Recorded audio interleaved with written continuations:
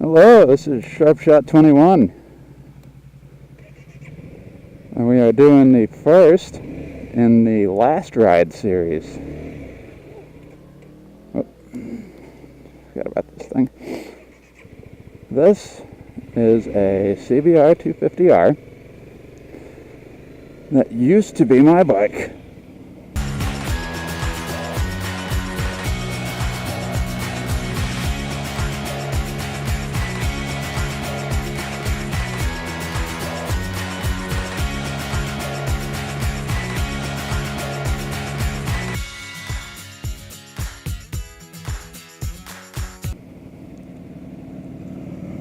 It is now, and has been for a while, my brother's bike. Today he is selling this and getting an FZ6R. He's up on Ghost at the moment while I do my little last ride on this thing. See, there he is up front.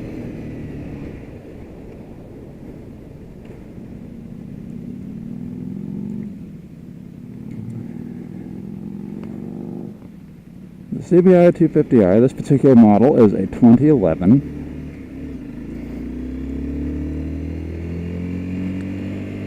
And this exact bike was my first one.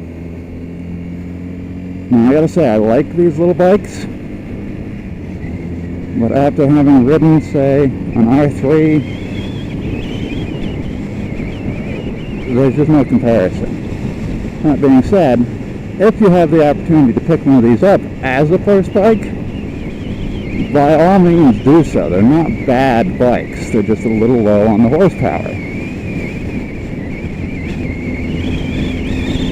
They are a single cylinder. I believe they're just under 250 cc's in displacement, somewhere in the neighborhood of 240.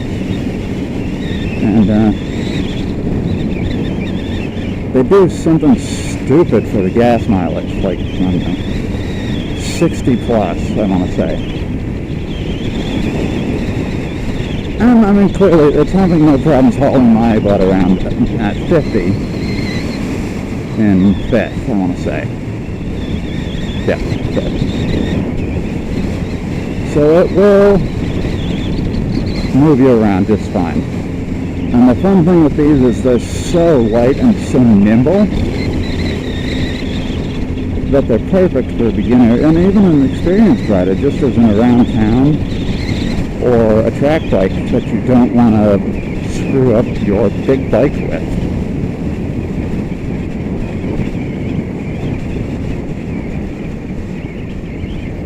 So I'm going to navigate this little monstrosity here. They're cheap. I mean, retail on these things, used through a dealer in probably superb condition, you might be looking at 3.5 at the most. At a private sale, you're looking $2,000, $2,500, which is absolutely a perfect price for these, especially if they're in decent or condition with lowish miles. This thing's pretty much perfect. It's been dropped once or twice, but it has frame savers on it, so none of the plastics are cracked. Just has a scuff on the frame saver, so the frame saver's doing its job. Oh, forgot how fun this thing was. It's got tires that are just so narrow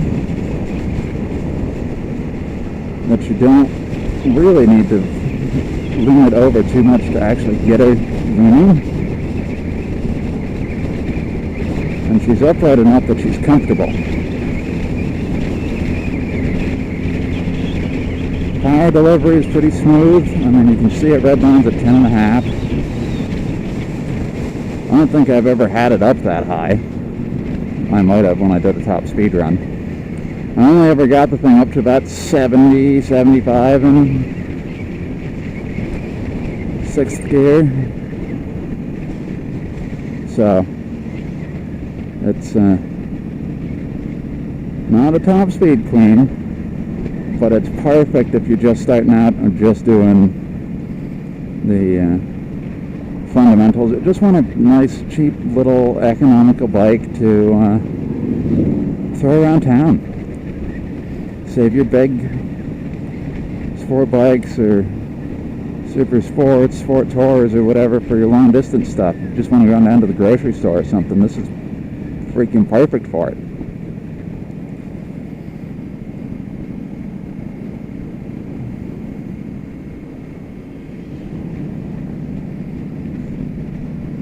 I mean, there's not a whole lot else to say about this thing. Fuel tank, I think, is like 3.5 gallons. So at 60 plus miles to the gallon, you're looking at like a 200-mile range on this thing. So if you wanted to take it for a trip, you most certainly could. There's nothing saying that you couldn't at all.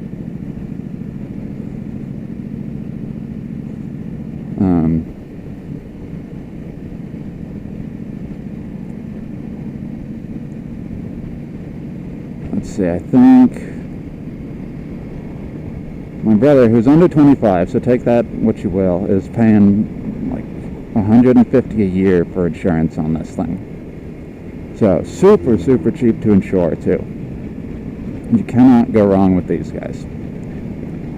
And if it's your new it's your first bike, probably not the best idea to buy it brand new. Go buy a used one. Go buy go search on Craigslist, find a used one, and then enjoy it. And maybe you keep it as an around towner, or a weekender, or you turn it into a track bike, or something along those lines. I want to pick up an R3 for exactly that purpose. A weekender and a round towner. Something that won't break the bank, be fun as all get out, and will be something I don't care if I take it to the track one day and I push myself a little too much and I lean it over. That they'll whoop-de-doo, I only spent a couple of grand on it, I'll get new plastics and I'll keep going with it.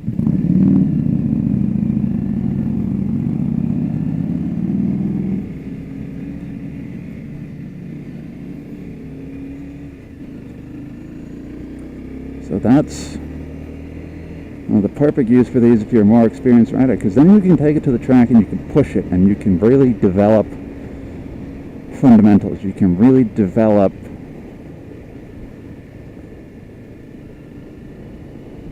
a feel for the bike and how far you can lean over and how to push it and how to enter and exit corners and do all the apexing and that sort of stuff. On a bike that's not your main bike, on a bike that you're not going to be super upset about if you lay it over. And if you grind the pavement with it a little bit. Whereas if I took Ghost to the track, I'd be a little bit cranky.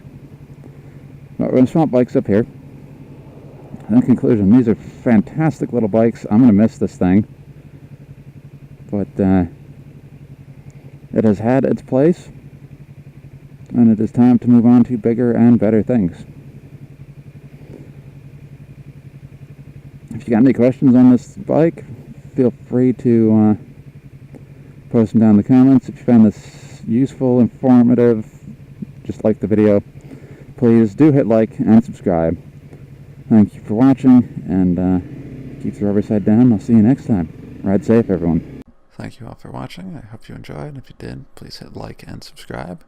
New videos will be aired every Monday and Thursday at 8 a.m. New streams at 9 p.m.